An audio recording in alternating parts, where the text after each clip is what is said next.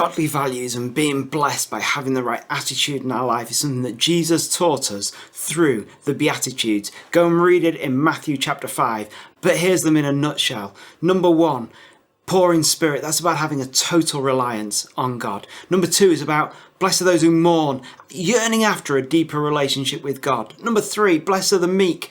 We're made humble by doing what God wants us to do every day, taking up our cross. Number 4 is about righteousness, living as God intends us to. Number 5 is about being merciful, reflecting God's great mercy in our lives to other people. Number 6 is about being pure in heart, having that total focus towards God. Number 7 is about being peacemakers, having that gentle attitude. Number 8 is about being persecuted, but making the right stand, knowing that God is no man's debtor. Jesus wants you to have the right attitude in your life and to be blessed by having those right attitudes. So let's learn that lesson from the Beatitudes of Jesus.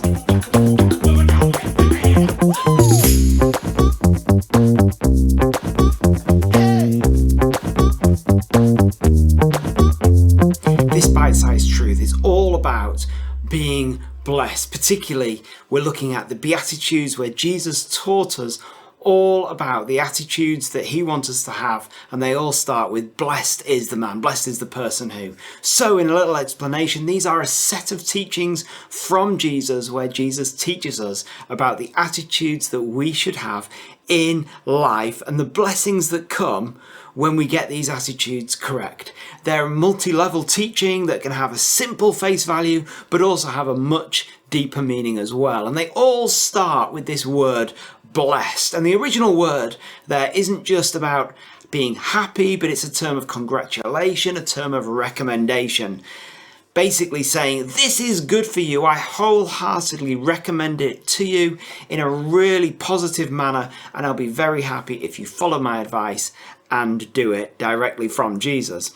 One theologian described this term as a joy that when you understand what it means to be a Christian and be saved and have that purpose, it's that whole joy wrapped up in this word of blessed. These qualities and attitudes are something that we're supposed to envy, we're supposed to strive after, we're supposed to emulate, and they make up the good life.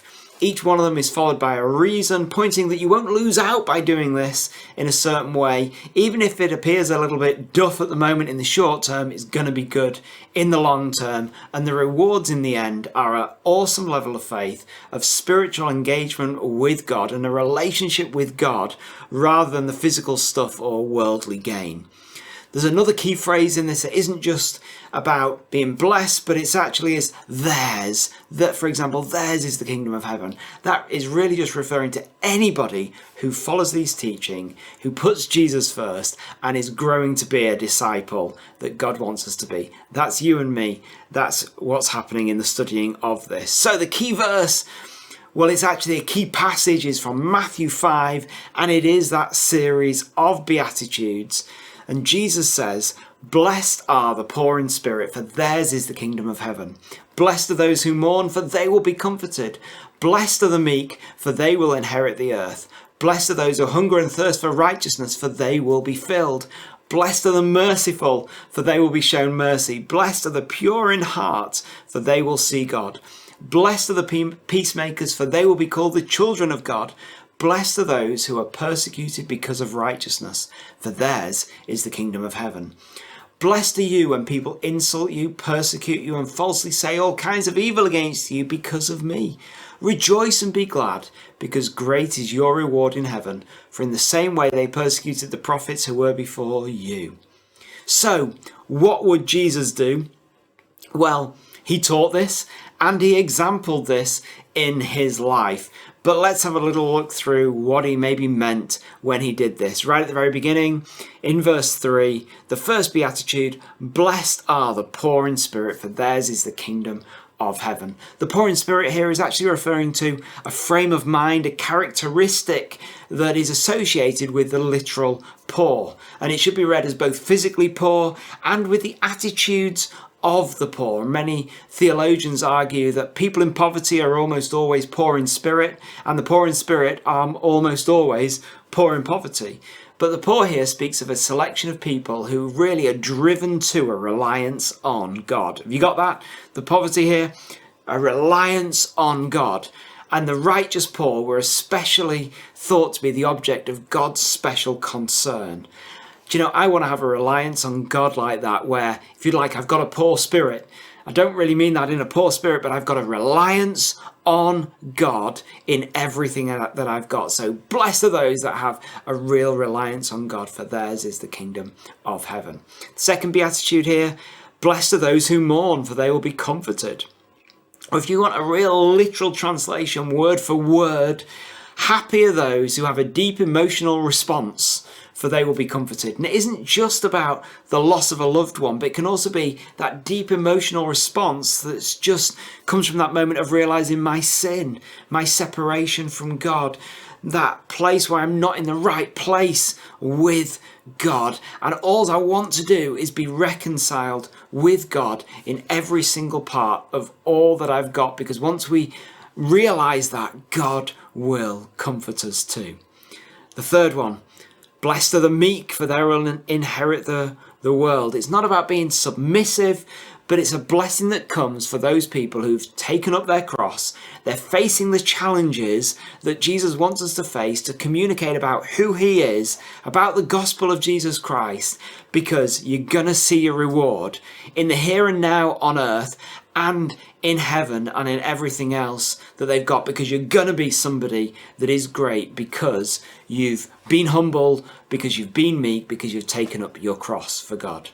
The fourth beatitude, blessed are those who hunger and thirst for righteousness, for they will be filled. Particular focus on those who have faced oppression whilst hunger and thirsting for God's justice and rule to come. Not just physical hunger and thirsting, but that hunger for those things that God wants to do. We know we're going to face oppression.